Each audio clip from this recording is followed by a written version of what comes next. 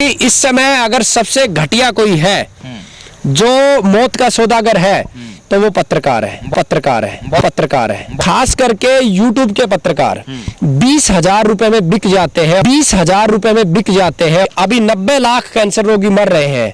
आने वाले 10 सालों में हर घर में कैंसर रोगी मरेगा। मैं दुनिया के सारे ईमानदार पत्रकारों को आमंत्रित करता हूँ, मेरे सामने आए, मेरी किसी भी बात को झूठ साबित करके दिखाएं।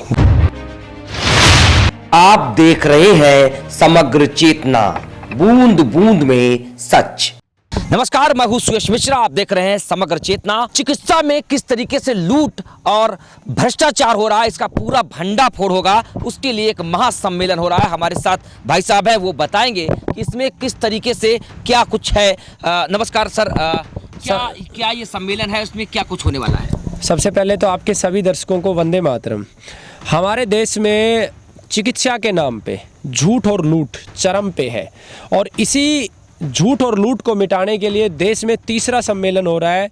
अमर बलिदानी राजीव दीक्षित जी का जहां पर अंतिम संस्कार हुआ था कणखल, वहीं पे त्रिभुवन मंदिर में। और इस सम्मेलन में होता क्या है कि पूरे देश से वैद्य आते हैं, उनके द्वारा ठीक किए गए कैंसर रोगियों का आंकड़ा दिखाते हैं और जो 5 सबसे बड़े वैद्य होते हैं जिन्होंने ज़्यादा ठीक किए, बड़े का मतलब जिसका यूट्यूब पे नाम है उसका नहीं, जिसने ज़्यादा ठीक किए, सही आंकड़े हैं, ठीक किए, उनके प्रमाण हैं, उन लोगों के नंबर हैं जो ठीक हुए हैं, उनको पुरस्कार दिया जाता है। और दूसरा, जो बड़े अनुभवी वैद्य हैं वो डॉक्टरों को सिखाते हैं, वैद्यों को सिखाते हैं कि कैंसर क्या है, क्यों हो रहा है और कैसे ठीक करना है। और इस सम्मेलन में मैं देश भर के पत्रकारों को भी आमंत्रित करना चाहता हूं, क्योंकि इस समय अगर सबसे घटिया कोई है जो मौत का सौदागर है तो वो पत्रकार है। बहुत गालियां दे रहे हैं आप। खास करके यूट्यूब के पत्रकार 20,000 रुपए में बिक जाते हैं और वो ये कह देते हैं कि 1,000 कैंसर रोगी ठीक किए। ऐसे तमाम पत्रकारों को मैं कह रहा हूं कि जिन जिन की तुमने वीडियो बनाई है आप उनको लेके आओ जिन्होंने 1,000 ठीक किए हैं। अन्यथा जो मौत का सौदा किया है तुमने 20,000 रुपए में, मरने वाला किसी का भाई भी है, किसी की बहन भी है, किसी की भाभी भी है, किसी की पत्नी भी है। मौत तुम्हारे घर पे भी आएगी, क्योंकि अभी 90 लाख कैंसर रोगी मर रहे हैं। आने वाले 10 सालों में हर घर में कैंसर रोगी मरेगा। तो वो झूठ ना बोले। सच्चे पत्रकारों को मैं वंदन करता हूँ, वो आइए, सच को दिखाइए। और आपको भी मैं ये मानते हुए कि आप बहुत ईमानदार पत्रकार हैं, मेरी पहली मुलाकात है, आपको भी मैं निमंत्रण देता हूं और आप इस कार्यक्रम में ज़रूर आइएगा। भारत के 5 बड़े विशेषज्ञ सुनील जोशी, हंसराज चौधरी, डॉक्टर अरुण कुमार और MR शर्मा जी, ये सब कैंसर पे ज्ञान भी देंगे। सभी देश भर के वैद्यों को मैं आमंत्रित करता हूं जो सीखना चाहते हैं, और अमर बलिदानी भाई राजीव दीक्षित जी के कार्यकर्ताओं को आमंत्रित करता हूं कि उस स्वदेशी पथ पे आइए जहां से समाज का कल्याण होगा। आप भी दावा कर रहे हैं कि कैंसर के आपने तमाम मरीजों को ठीक किया है। हम तभी इस वीडियो को रिलीज करेंगे जब आप उसका आंकड़ा हमको देंगे। ईमानदार पत्रकारों को आमंत्रित करता हूं, मेरे सामने आए, मेरी किसी भी बात को झूठ साबित करके दिखाएं। गलतियां मुझसे भी होती हैं। जैसे मेरे प्रारंभिक वीडियो में देखा होगा आपने, मैं कीमो का विरोध कर रहा हूँगा, लेकिन जब मैंने अनुभव किया कि कुछ परिस्थितियों में कीमो भी देना होता है और सर्जरी भी करवानी होती है, तो मैंने अपनी बात को बदला।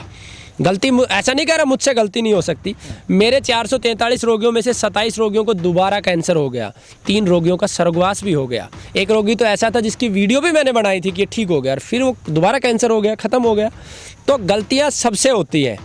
अंत में क्या है आपका उद्देश्य? आज अगर मेरी वीडियो बनाने का आपका उद्देश्य है कि आप मुझसे 10,000 रुपये लेके झूठ दिखा दोगे तो आप पाप कर रहे हैं।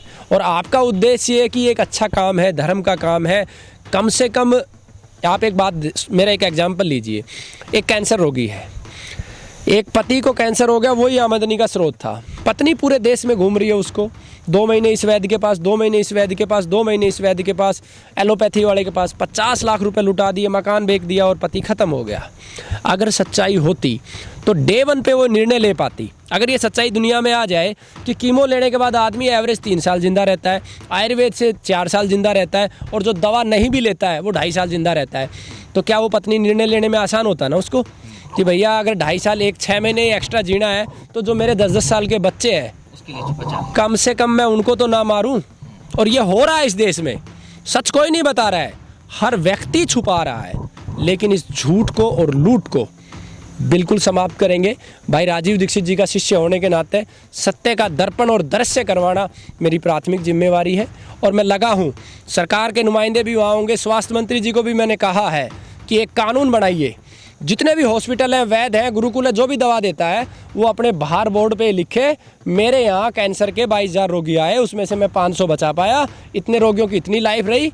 और इसको ईमानदारी से एक कानून के रूप में हम लेके आएंगे ताकि कोई रोगी ठगे ना, लुटे ना। तो ये चैलेंजिंग पूरा चैलेंज दे रहे हैं कि किस तरीके से ये आयुर्वेद से कैंसर के मरीजों को और तमाम मरीजों को ठीक कर रहे हैं, इसका दावा भी कर रहे हैं। साथ में जो चिकित्सा में लूट खसोट हो रही है, जो भ्रष्टाचार हो रहा है, उसके खिलाफ भी सामने आकर, आगे आकर के आवाज़ बुलंद कर रहे हैं। ऐसे लोगों को सलाम करते हैं और दावा भी ये कर रहे हैं कि इन्होंने जितने भी कैंसर मरीजों को अपनी आयुर्वेद चिकित्सा से ठीक किया है, उनके ये प्रमाण देंगे, उनके मोबाइल नंबर भी साझा करेंगे, जिसे रीचेक करना है वो रीचेक कर ले। समग्र चेतना के लिए मैं सुयश मिश्रा, नमस्कार।